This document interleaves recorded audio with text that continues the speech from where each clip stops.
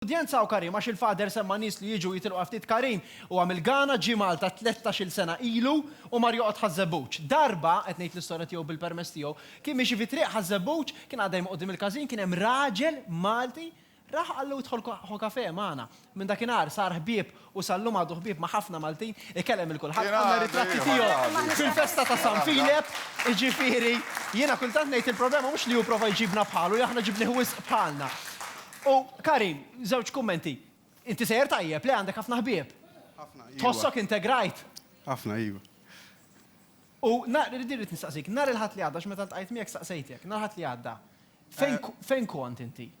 Mhux il-ħadd li għadda ta' qabel, meta kienu qed jinħarqu l-karozzi. Sorry, can you explain in English so I can reply you very good? Okay, mela. I just said, you feel fine, right? You've integrated in Malta. Yes. Yes, I feel fine. I'm very happy in Malta. And first of all, I want to take this opportunity to thank all the Maltese people for welcoming us here. Karim. And also, secondly, I want to thank the people of Zebuj for making me very welcome in the locality. Karim, briefly, where were you on the night of the 20th October when the riots in Halfar happened? Were you following what was happening? Yes, I was following what was happening. What did you feel? I was feel shame and I was very worried, and it's like I don't know what I'm doing, what to do. I can't even go out to the piazza to meet my friends, Maltese friends, to talk to them because I was very.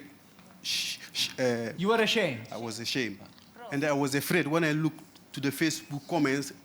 So, I see some things like we will defend ourselves, we will defend our country, and I was very afraid to go out. So I can't even go out to buy something from the shop.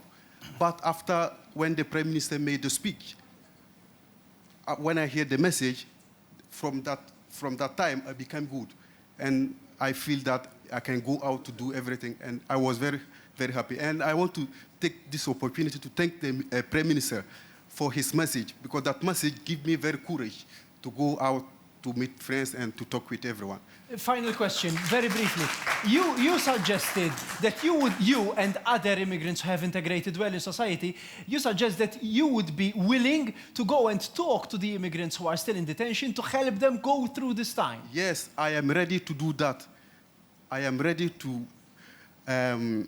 to convince my followers who are not yet integrated with the Maltese to integrate with the Maltese. If I get support from the government, I am ready to do that. We, as Xarabank, support that as well. Din hija xaġa vera tajba. Li forsi l-gvern jistgħin bħala parti mill-pjan li kien hemm immigranti li diġà integraw li jgħinu l-immigranti l-oħra li għaddejjin minn dak Tuni ftit ċans. They integrate with the Maltese. Ija, imma allura da eżempju ta' suċċess Melkim. Suċċess kbir dan. U qal, he was ashamed tal-bdew jagħmel. Però b'rispett kollu, il-Prim Ministru mhux hekk qal kważi waħħal fejn għal-Maltin. Anke l-komunità Niġerjana Anke l-komunità Niġerjana ikkundannat l-atti, però Alla jbrek il-Maltin. Kulħadd jilaq għal-voti. Jiena ħobb il-festi, u la jħobb il-festi jintegra żgur magħna. All right? Dik waħda. Jiġifieri li. Fader, dan huwa eżempju ta' kemm mhux vera li jiġu hawn biex joqgħdu jippruvaw ibidluna bħal. Dik il-verità. Hemm prinċipju ċar. Inti tafx qed taqgħu tafx qed tagħmlu, qegħdin itqiegħdu. Il-karrettum quddiem il-ħmar. Inti trid iddejjem itmur. Għal-brimba. X'inhi l-brimba ta' din l-ekonomija fażulla tagħna tad-duħħan? Il-faqar joħloq il-problemi l-oħrajn bħal prostituzzjoni, razziżmu, ħruq tal-karozzi, il-faqar qed joħolqu da. Għax aħna għandna soċjetà pajjiż fejn ta' fuq minn Ferrari waħda issa għandu 10. U l-klassi tal-ħaddiema il-paga tagħhom qas qed tlaħħaq jiena l-euro bl-euro nstħitna. Xirja ta' 200 euro qas isservini ġimagħtejn. Biċ-ċart jiena niftakara 3 qasab 3,000 lira. Illum l-istess biċ-ċart ġiet tiswa 300,000. Ma x'ti pretendi fadel li kollox jibqa' l-istess prezz? L-ekonomija li għandna bija min kellu Ferrari waħda issa għandu 10 u mhux il-klassi tal-ħaddiema biss qed isofru, anka klassi medja bdiet issofri.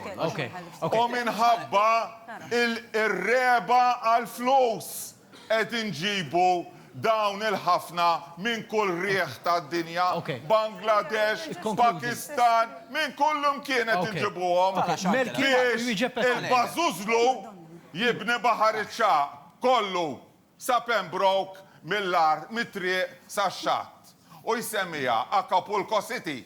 Għalhekk irridu għom il-barranin. Laqat inti, Mark, l-ewwel li rridu 10,000 ħaddim ieħor is-sena l-oħra.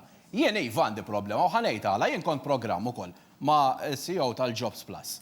U konnet nargumenta u voldiru waqt il-programm, u da għalinna u għandu raġun li inti jekk muħadġib il-ħadd totalment, il-pagi jistaw jolew tant ħafna li ma tibqax kompetittiv. Għandu raġun. Imma il-gvern u sa ċertu punt anka l-oppożizzjoni ma għadux jinkwitaw li f'6 snin, stenna, li f'6 snin flet minn 120,000 ġie jiswa 250,000. Mela inti biex il-ħaddiem iżżidu 10 euro fil-ġimgħa paga hija problema enormi għax ma nibqgħux kompetittivi. Imma li jrid iħallas illum 250,000 ta' biex tixtri flet mhix problema għall-gvern u il-ħasra ta' dal-pajjiż tant kemm kulħadd moħħu blu u aħmar li qas jaraw dal-ħaddiema li huma bil-minimum wage tara xejjer il-bandiera jew jifraħ għax ta' 20 euro fil-budget. Il-problemi serji huma daw. Okay, mela. Karim, you want to say something? Yes, to conclude? I want to say something about what happened to Halfa last time. And I want to take this opportunity to apologize to every Maltese and everyone that we made a mistake. We made a mistake. And we condemn. We don't solve problem with violence. And darkness cannot out of darkness. And heat cannot out of heat. Only love can do that. So we are very sorry and we are... Il-problema hija waħda ma.